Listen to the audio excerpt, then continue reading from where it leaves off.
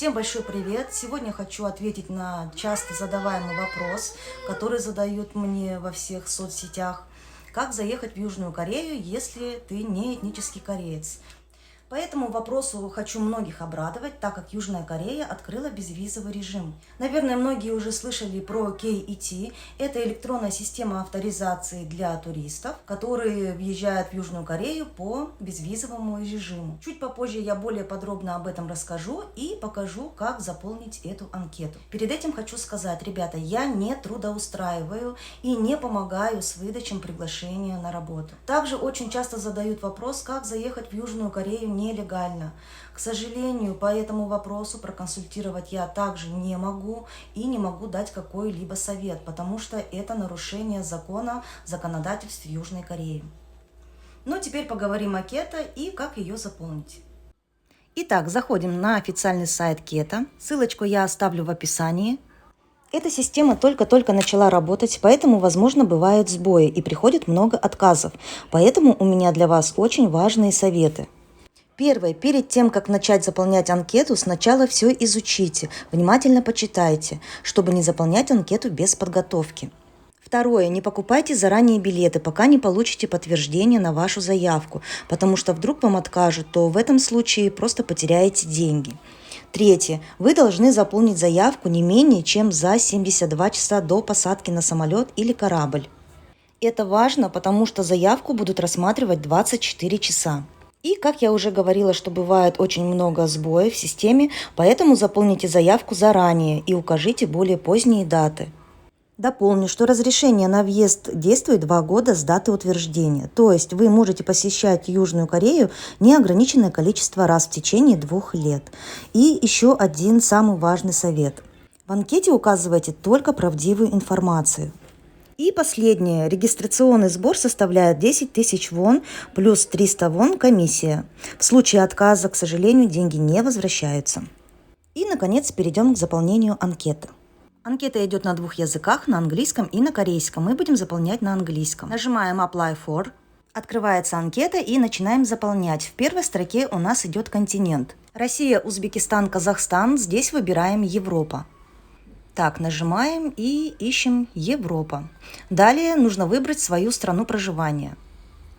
У меня Россия. Так, где она? Вы также ставите Узбекистан, Казахстан. Откуда вы? Так, вот, Россия.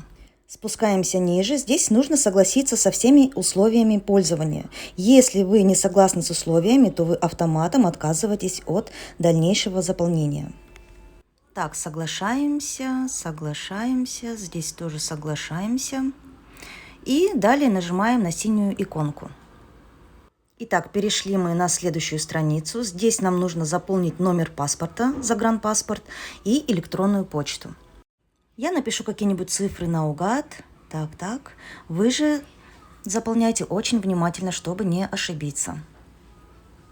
Дальше идет электронная почта. Почту я напишу свою старую.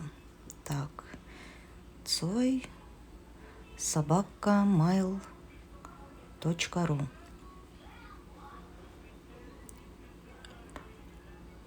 Нажимаем Next и переходим на следующую страницу. Теперь нужно сфотографировать страницу своего паспорта, вот как показано на рисунке. Старайтесь, чтобы фото было качественным, чтобы было видны все буквы и цифры. Далее отправляем файл. Размер фотографии там указан. Так, фотография загрузилась, идем ниже. Под номером 1 автоматически указана наша страна, ваша страна. Под номером 2 нужно указать пол, мужской или женский. Так, указали. В следующем пункте нужно написать фамилию так, как записано у вас в паспорте. Пишем английскими буквами, обязательно без ошибок, проверяйте. В следующем пункте пишем имя, тоже так же, как в паспорте. В следующей графе заполняем дату рождения. Так, возьмем примерные цифры. Так. Обратите внимание, что в графе под номером 6 автоматически вышел номер вашего паспорта. Под номером 7 пишем, до какого числа действителен ваш паспорт. Все, нажимаем на следующее и переходим на следующую страницу. В следующей графе, если на данный момент у вас второе гражданство. Если вы имеете второе гражданство, то нужно указать страну. Если нет, то ставим галочку «Нет».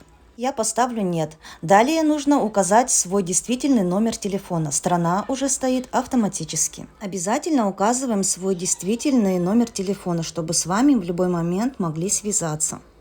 Следующий пункт. Посещали ли вы Корею в прошлом? Пишем «Да» или «Нет». Идем дальше. Дальше у нас цель поездки в Южную Корею. Нажимаем, и у нас выходят варианты: туризм, визит, посещение с определенной целью, бизнес, лечение, митинг, мероприятие, соревнования, спорт и другое. Если у вас в Корее есть родственники или друзья, то ставим визит.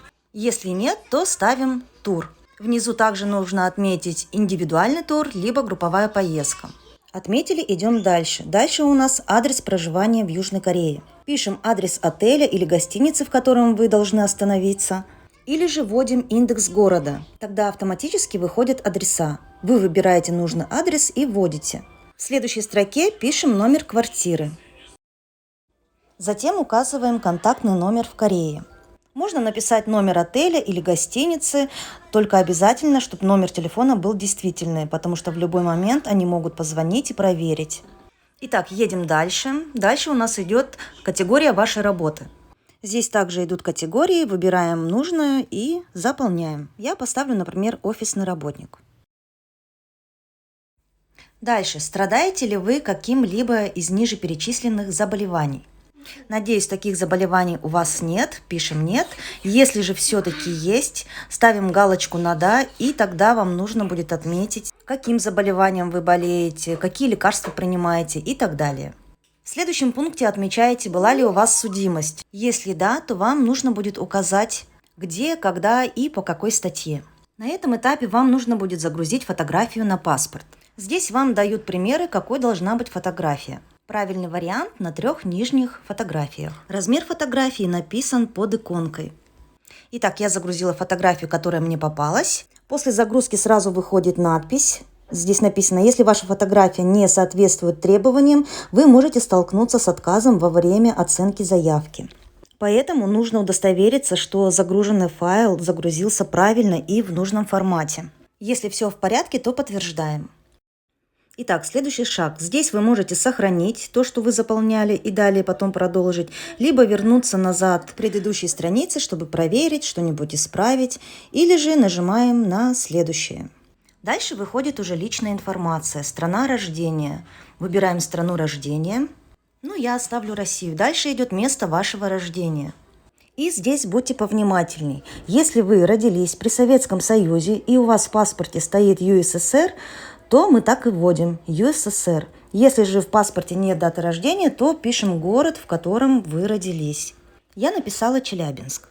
Следующий этап – это срок пребывания в Корее. Здесь будьте внимательны. Для граждан России срок пребывания составляет 60 дней, а для граждан Узбекистана и Казахстана – 30 дней. И я бы посоветовала не ставить максимальный срок. Например, если у вас срок пребывания 30 дней, напишите 3 недели. Я вбиваю наугад. Так. Итак, идем дальше. Имеются ли у вас знакомые в Южной Корее? Здесь же, конечно, желательно, чтобы у вас был такой человек. Ставим «да», вводим имя этого человека и контактную информацию. Если вы уже договорились об аренде квартиры, где будете проходить карантин, то можно договориться с хозяином квартиры и ввести его данные. Обязательно его предупредить, что, возможно, к нему позвонят, чтобы удостоверить информацию. Итак, дальше. Есть ли у вас сопровождающая персона? Если вы едете не один, нужно указать всех сопровождающих людей, поскольку эта часть предназначена для ввода лиц, путешествующих с вами при посещении Кореи. Вы можете сейчас внести информацию и оплатить сбор отдельно, либо заполнить свою заявку и добавить их прежде, чем выполните оплату. К сопровождающей персоне относятся семья, друзья, родственники, турагенты и партнеры. Вы также заполняете им анкету, страну, дату рождения и так далее. И также я вам посоветую не вписывать много людей, так как если придет отказ хоть одному, то отказ получают все автоматически. Следующий шаг. Посещали ли вы другие страны, кроме Кореи? И здесь дают варианты: 1-2 раза, 3-4 раза. Выбираем подходящий. Идем дальше. На данный момент вы работаете, указываем «да» или «нет». Здесь, конечно, желательно поставить «да», потому что это дает преимущество. Ставите галочку «да» и в графе заполняете вашу профессию, место работы. Далее нужно указать ежемесячный доход в долларах. Выберем средний доход от 200 до 700 долларов. И хочу напомнить, пожалуйста, пишите достоверную информацию, потому что за дачу заведомо ложных показаний вы можете быть наказаны. Вам либо откажут в разрешении на въезд, или даже, возможно, развернут на границе. Нажимаем на следующее и выходит, вся ли информация была введена правильно. Если нет, возвращаемся, исправляем, если да, то идем дальше. Все, наконец-то мы заполнили всю информацию. И теперь внимательно проверяем, все ли заполнено верно. Далее переходим на страницу оплаты платежа. Нажимаем Make Payment. И здесь вопрос, вы точно желаете оплатить платеж? Регистрационный сбор не может быть возвращен после совершения оплаты. Итак, для начала в верхней графе нужно поставить все галочки, это идет соглашение. Затем номер карты и срок действия карты. И нажимаем «Оплатить».